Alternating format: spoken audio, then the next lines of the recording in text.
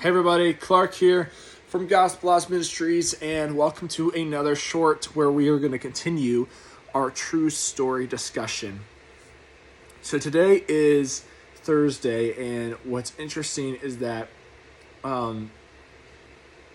tonight, technically, 2,000 years ago, tonight was going to be the night. Was the night that Jesus would be taken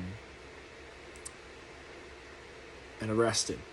But before all of that happened, today is also the day, what I've heard from many people, is today's actually the day when Jesus did the Passover. So if you haven't seen the live stream last night, we covered the Passover, and a lot of people, I think, believe that today actually Jesus did the Passover. On Thursday, he washed his disciples' feet, which you can find that in John 13. And then throughout all the Gospels, we read last night for the live stream. You can check that out. It's a video now, but you can check it out still. And we talked about the Passover, how significant that was. And then, so a lot of people believe today was the day that he did that. And then Judas would betray him. He would walk out. Satan entered him. He would go and he would start doing the thing that Satan actually is allowing him to do, which he's allowing to happen. He could say no, but he chose to. It's part of the story. It's part of the redemption story of how Jesus is going to save us, but at the same time, it is very sad that Judas is going to do this because he just wants to give in to what he wants.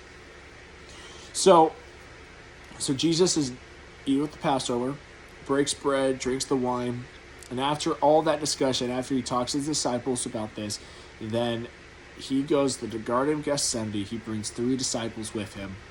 I think it's Peter, James, and John. Maybe another disciple, but a couple of disciples he brings with him into the Garden of Gethsemane. And we talk about in Luke how he would actually be praying. And he prays, and he tells his disciples to pray with him. They fall back asleep.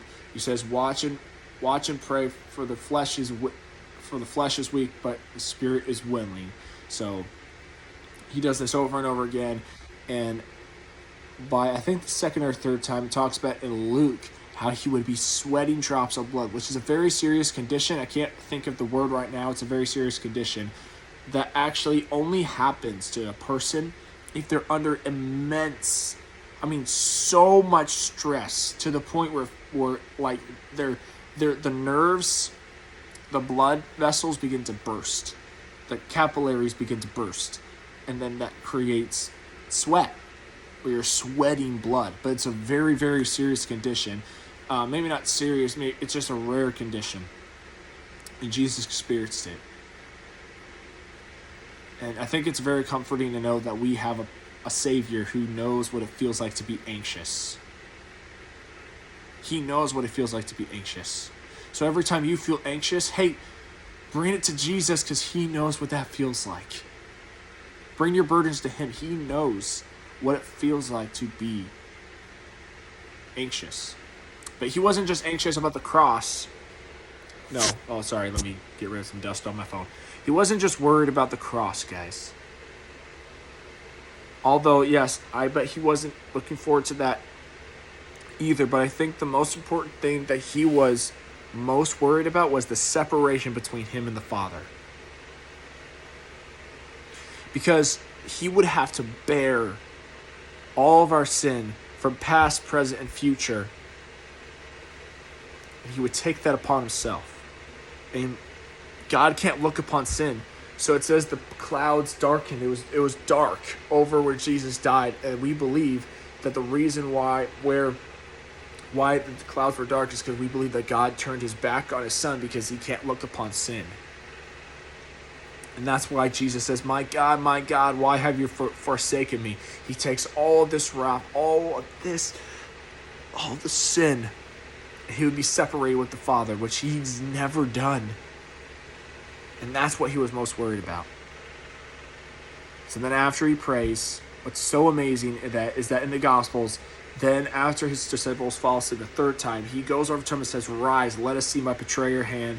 Judas comes along gives him a kiss, and he's arrested.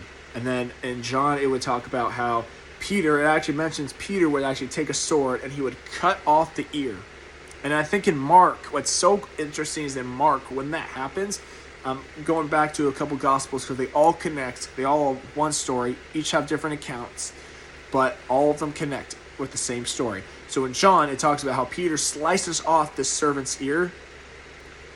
And then I think it's in Mark that Jesus actually says, enough of this. He takes the ear from the servant, puts it back on his head, and it heals. He just did a miracle right in front of them, and he's arrested for what? Blasphemy. They literally just saw this take place. And he's still arrested. They still don't believe. They hardened their hearts, just like Pharaoh did. When he saw all the plagues, all these miracles and wonders, all the way into the 10 plagues, it got him to the 10th one, which is actually what we talked about with the Passover, with the history of the Passover, that it took him 10 plagues. The 10th one,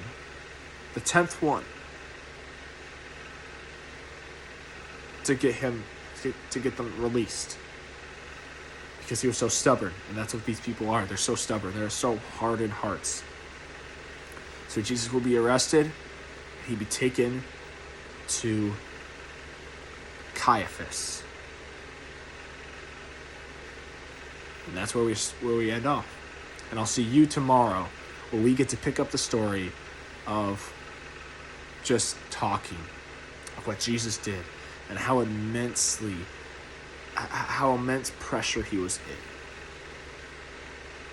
We're going to look at the crucifixion, of how brutal it was, to really give you a perspective, to really give you and I the perspective of what he did, and then he's going to die. But all of that's going to take place tomorrow with more detail. Cannot wait to see you, and I hope you're moved by this, and just keep remembering what this week's about.